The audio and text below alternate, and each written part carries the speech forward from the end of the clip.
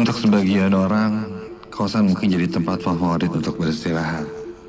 Apalagi untukku yang belum mempunyai tempat tinggal sendiri. Dan jika harus bercerita tentang kosan, banyak juga cerita mistis yang sering terjadi. Salah satunya di kosan tempat tinggalku sekarang. Namaku Ahmad. Aku bekerja di sebuah minimarket yang berada di daerah Antapani. Seperti yang ku bilang sebelumnya, aku tinggal di daerah yang mungkin bisa dibilang cukup banyak tempat kosannya. Dan kosannya pun tidak jauh dari tempatku bekerja. Kenapa aku ngekos? Karena aku seorang perantau. Asliku dari Ciamis. Sejak kedatangan pertamaku ke Bandung, aku memang sudah terbiasa hidup mandiri. Karena di sini aku tidak punya saudara ataupun kerabat terdekat. Sebenarnya sudah hampir 3 tahun aku bekerja dan ngekos. Dan belum pernah ada hal-hal aneh yang kualami selama tinggal di sana. Namun semuanya berubah ketika kejadian yang kualami 1 minggu ke belakang.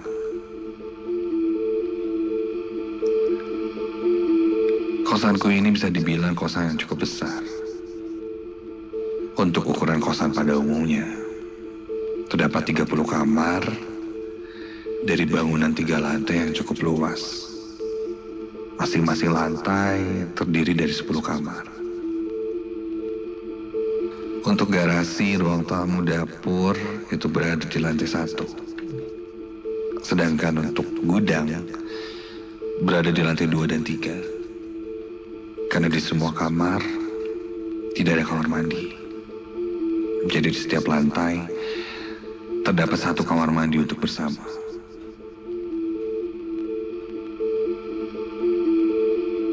Sampailah pada hari itu. Minimarket tempatku bekerja sedang ramai-ramainya dikunjungi pengunjung. Aku yang bertugas di staf gudang pun terpaksa harus sampai membantu para konsumen yang berdatangan. Karena saat itu ada salah satu karyawan yang sedang sakit. Ada 4 orang yang bekerja pada hari itu. Aku, Intan, Taufik, dan Rizka. Seharusnya ada Ferdi yang biasanya bertugas di kasir. Berhubung dia tidak ada karena sakit. Jadi aku yang handle semua pekerjaannya. Singkat cerita, waktu pun berlalu. Perlahan toko pun mulai sepi. Setelah memasuki jam 10 malam, kami pun mulai menutup toko dan membuat laporan perharinya. Mulai dari menghitung beberapa pemasukan atau pengeluaran barang, sampai menghitung pendapatan hari itu. Setelah selesai semuanya, satu persatu dari kami pun berpamitan dan pulang. Karena tempat tinggalku paling dekat dari toko, aku jadi orang terakhir yang ada di toko untuk mengunci dan menutup rolling door.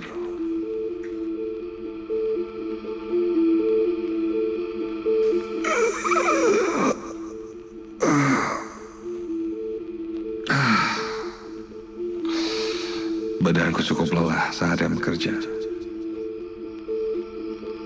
Setelah memastikan semua sudah terkunci, aku pun mulai berjalan ke kosan.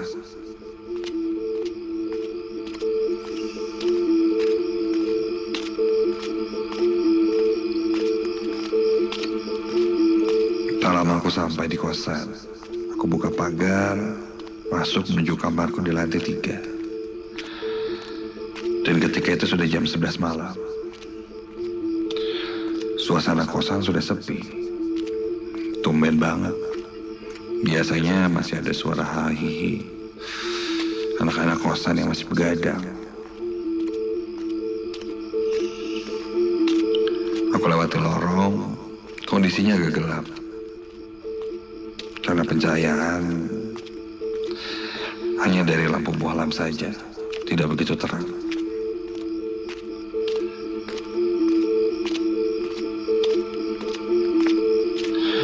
Dan ketika aku berjalan di tangga menuju lantai 3, aku berpapasan dengan seorang perempuan. Perempuan itu melihat ke arahku sambil tersenyum. Lantas aku membalas senyumannya. Namun rasanya aku belum pernah melihat perempuan itu.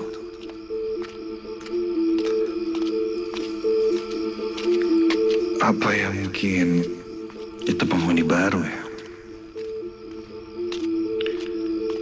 Perempuan itu cantik. Dari parasnya, rambutnya panjang terurai, kulitnya putih,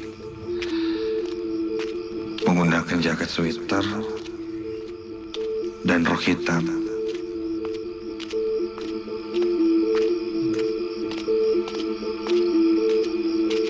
Setelah berpapasan dengan perempuan itu, aku baru menyadari sesuatu. Bentar. Ini kan kosan cowok. Kok ada cewek ya di kosan cowok? Jangan-jangan...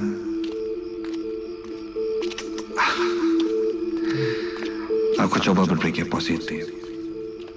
Mungkin itu salah satu keluarga dari penghuni kamar yang ada di sini.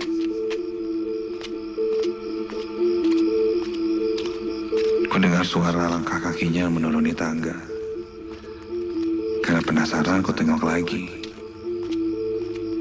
Dan ketika ku lihat,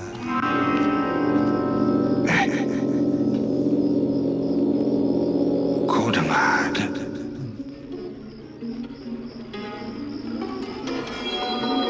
Tangga dari lantai 2 ke lantai 3 ini cukup panjang.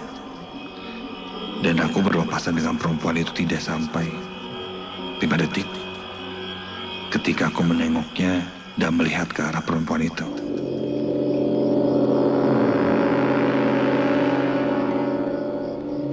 Tapi dia sudah tidak ada.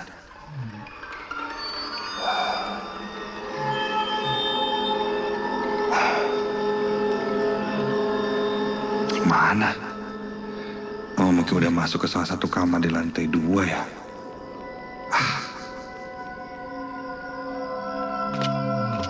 Aku pun berlari kecil menuju anak tangga untuk segera naik ke lantai 3. Sampai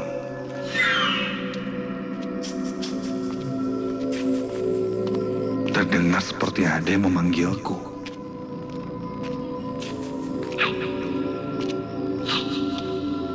Ku coba untuk terus berjalan saja. Sampai ketika aku baru saja menginjakkan kakiku ke lantai 3 dan aku berbelok. Astaga. Aku dikagetkan ketika itu kulihat dengan jelas. Di depanku berdiri seorang perempuan yang menghalangi jalanku.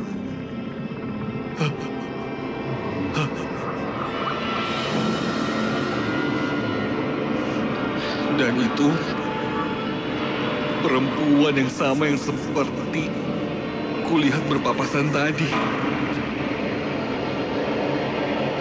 Namun, ketika kulihat wajahnya, kini wajahnya berubah menakutkan.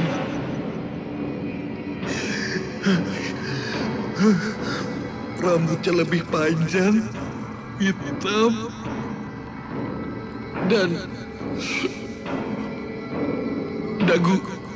dagu perempuan itu terlihat lebih panjang dan melancip. Matanya hitam, kecil, dan bibirnya tersenyum lebar sambil terkekeh mengerikan.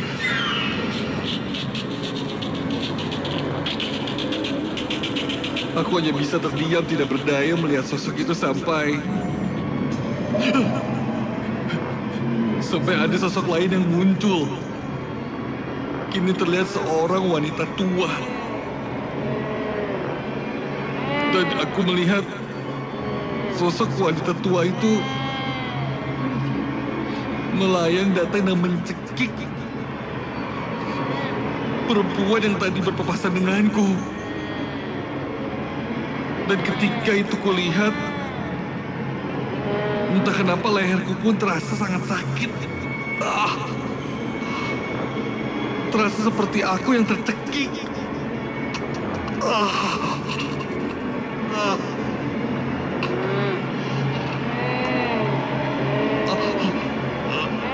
Aku tidak bisa menahannya sampai...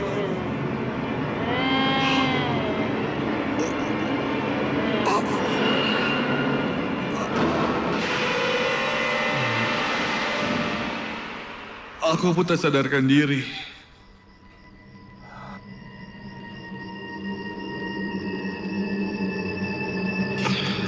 Ketika terbangun, aku sudah berada di depan pintu kamarku.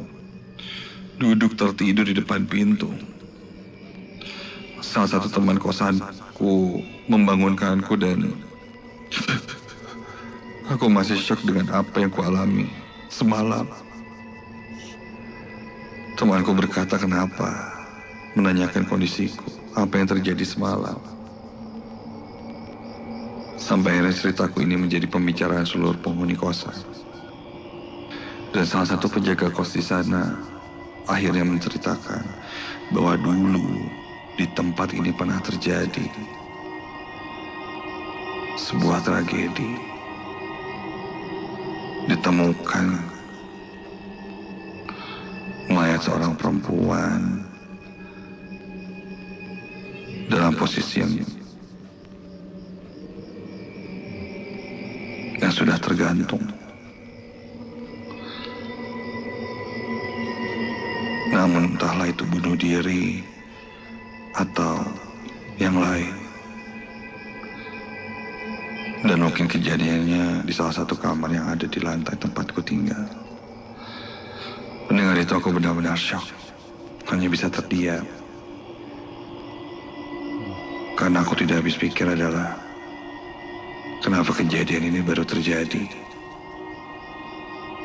Padahal aku sudah cukup lama tinggal di sana. Kenapa hari itu terjadi? Itu masih jadi tanda tanya besar bagiku. Apakah mungkin itu hari kematiannya?